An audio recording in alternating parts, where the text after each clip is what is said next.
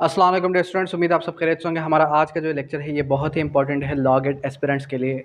आज के इस लेक्चर के अंदर हम डिस्कस करेंगे कि किस तरीके से आपने लॉ गेट फर्स्ट अटैम्प्ट में पास करनी है या फिर जो अपकमिंग लॉ गेट है उसमें आपने हाईएस्ट स्कोर किस तरीके से हासिल करने हैं। First of all basic information अगर शेयर की जाए तो आप सबको पता है कि लॉ गेट के अब जो है 7 चांसेस हैं और MCQs टेस्ट होता है ये, और इसके अंदर किसी किस्म की नेगेटिव मार्किंग नहीं होती। ठीक है, अब ये जो टेस्ट है इसमें से 100 में से आपने 50 स्कोर करना है और 50 अगर 50 में से 49 भी स्कोर करेंगे तो आप जो है फेल ही कंसिडर किए जाएंगे। अक्सर स्टूडेंट ये सवाल पूछते हैं कि सर अगर 48 49 आ जाए तो क्या कोई ग्रेस मार्क्स मिल सकते हैं, क्या हमें जो है पास कंसिडर किया जा सकता है। देखिए 50 मीन्स 50, ठीक है। अगर आपने 50 से 49 भी ऑब्टेन किया that means you are fail, you are not considered as an pass candidate. अब पास होने के लिए क्या क्राइटेरिया, पास किस तरीके से हम होंगे और हमें क्या स्ट्रेटजी हम फॉलो करें कि हम in with in few days या विद इन फ्यू वीक्स जो है हम अपनी प्रिपरेशन कंप्लीट करके हम लॉ गेट के अंदर 80 प्लस 70 प्लस स्कोर कर जाएं। तो अगर हम लॉ गेट को सिलेबस को देखें तो इसका सिलेबस बहुत ही शॉर्ट कर दिया गया है। शॉर्ट तो मैं उनको कहता हूँ कि जो कि स्टडी करते हैं और जो स्टडी नहीं करते हैं उनके लिए एक लेंदी जो है सिलेबस है, जिसके अंदर QSO आ जाता है आपका, CPC आ जाता है आपका, उसके बाद आ जाता है आपका लीगल एथिक्स, और लीगल एथिक्स के बाद आ जाएगा आपका CRPC और फिर PPC, फिर आपका आ जाएगा कॉन्स्टिट्यूशन ऑफ पाकिस्तान। उसके बाद फिर क्या आ जाएगा, उसके बाद आ जाएगा आपका लीडिंग केसेस, फिर इंटरनेशनल लॉ और फिर जूरिस्प्रूडेंस। जूरिस्प्रूडेंस के अंदर इस्लामिक भी है और मॉडर्न भी है, ठीक है। मॉडर्न इस्लामिक दोनों जूरिस्प्रूडेंस हैं। अब इसके अंदर 20 मार्क्स इसके हैं, 20 मार्क्स इसके हैं, 10 मार्क्स इसके हैं, 10 मार्क्स इसके हैं, 10 मार्क्स इसके हैं और इसके भी 10 मार्क्स हैं। यहाँ से फिर 5 मार्क्स, 5 मार्क्स, 5 मार्क्स, 5 मार्क्स। अब क्या पॉसिबल है विद इन 10 डेज़ प्रिपरेशन करना, सेल्फ स्टडी करके लॉ गेट क्रैक करना? तो बहुत ही ईजी वे है। यही ईजी वे को अगर आप फॉलो करें तो आप इजीली जो है लॉ गेट को क्रैक कर जाएंगे। अगर आप हमारी रेगुलर क्लासेस ज्वाइन करना चाहते हैं तो गिवन नंबर पर कांटेक्ट करके हमसे जो है MCQs की प्रिपरेशन के लिए जो भी हमारे मॉक टेस्ट है वो भी ले सकते हैं, web generated test. Web generated test के अलावा जो हमने अभी बैरक के स्मार्ट नोट्स बनाए वो भी आप ले सकते हैं। और जो most important most repeated questions हैं, ठीक है, 500 to 600 MCQs, वो भी आप जो है ले सकते हैं हमसे इस नंबर पर कोऑर्डिनेट करके। सेकेंडली ये कि जो हमारे पास अभी क्रैश कोर्स हमने अनाउंस किया था, तो इस क्रैश कोर्स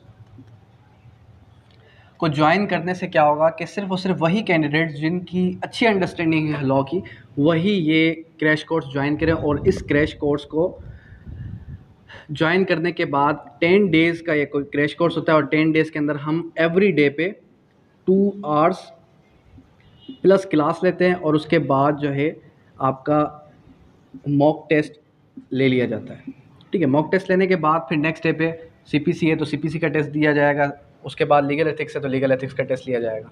अब तैयारी कैसे करनी है? अगर आप लॉ गेट के सिलेबस को देखें तो सिलेबस के अंदर नियर अबाउट कोई 700 सेक्शंस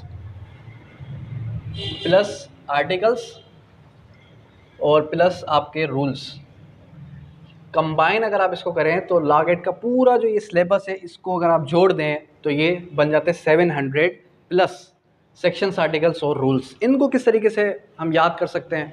तो वेरी सिंपल, बहुत ही इजी है कि अगर आप पहले से जूरिस्प्रूडेंस पढ़ के आ चुके हैं, अगर आप पहले से इस्लामिक लॉ पढ़ के आ चुके हैं और अगर आप पहले से लीडिंग केसेस पढ़ के आ चुके हैं तो आपने इन सब्जेक्ट्स को फॉलो करना है। इन सब्जेक्ट्स को आपने 2-2 दिन देने हैं, ठीक है। अगर अभी आपके पास टाइम है, अगर अभी टाइम नहीं है तो फिर आप कंप्लीट 1 डे, इट मीन्स के 8 से 10 घंटे रख लें और 8 से 10 घंटे के अंदर आपने करना क्या है कि हर दिन आपने एक एक सब्जेक्ट को देना है। हर दिन एक एक सब्जेक्ट को देने का मकसद ये है कि आपकी अंडरस्टैंडिंग डेवलप हो, आपको पता चले कि किस तरीके से MCQs जनरेट होते हैं। और बैरक को दोबारा से वही बात,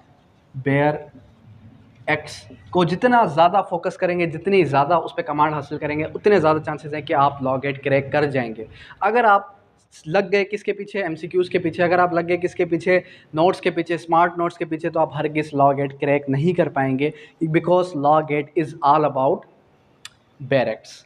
बैरेक्स की अंडरस्टैंडिंग जितनी ज़्यादा अच्छी होगी स्टूडेंट की, उतने ज़्यादा चांसेस है कि स्टूडेंट लॉ गेट को पास करेगा। और जितनी कम अंडरस्टैंडिंग होगी, अगर उसको कॉन्सेप्ट क्लियर नहीं हो रहे, अगर उसको बैरेक की वर्डिंग समझ में नहीं आ रही, तो फिर उसके लिए जो है मुश्किल भी आ सकती है और ऐसा रिज़ल्ट आएगा जो उसको पसंद ना आए। तो बेहतर यही है कि आप क्या करें, आप जो है बैरेक्ट पर फोकस करें और कोशिश करें कि मॉक टेस्ट दें। जितना ज़्यादा मॉक टेस्ट देंगे, उतने ज़्यादा आप जो है आपकी ग्रिप होगी एमसीक्यूज़ पर, एमसीक्यूज़ टेस्ट के ऊपर। अंडरस्टैंड। बाकी रही बात कि अगर किसी स्टूडेंट ने 80 प्लस 90 प्लस स्कोर करना है, तो डेफिनेट सी बात है कि वो हमारा क्या करे, वो हमारा गोल्डन बैच ज्वाइन करे। अब जो हमारा गोल्डन बैच होता है, तो इस गोल्डन बैच के अंदर हम हर स्टूडेंट को 100% पासिंग गारंटी देते हैं। 100% passing guarantee, how is it possible in Pakistan के लॉ गेट में कोई 100% पासिंग गारंटी भी दे रहा है? So yes, I am giving you 100% passing guarantee if you will join my golden batch. ठीक है, गोल्डन बैच को ज्वाइन करने से अगर आप जो है पास नहीं होते लॉ गेट के अंदर, तो फिर जो है क्या होगा कि in case you fail, next session आपका फ्री ऑफ कॉस्ट हो जाएगा। इट मीन्स कि नेक्स्ट जो लॉ गेट का गोल्डन बैच होगा, उसके अंदर आपसे कोई भी फ़ीस चार्ज नहीं की जाएगी। और आपने इस बार जो है गोल्डन बैच की मेंबरशिप ले ली, तो फिर आपसे दोबारा क्रैश कोर्स या XYZ किसी किस्म की कोई भी एक्स्ट्रा फीसेस चार्ज नहीं की जाएंगी, जैसे कि अकेडमीज़ चार्ज करती हैं।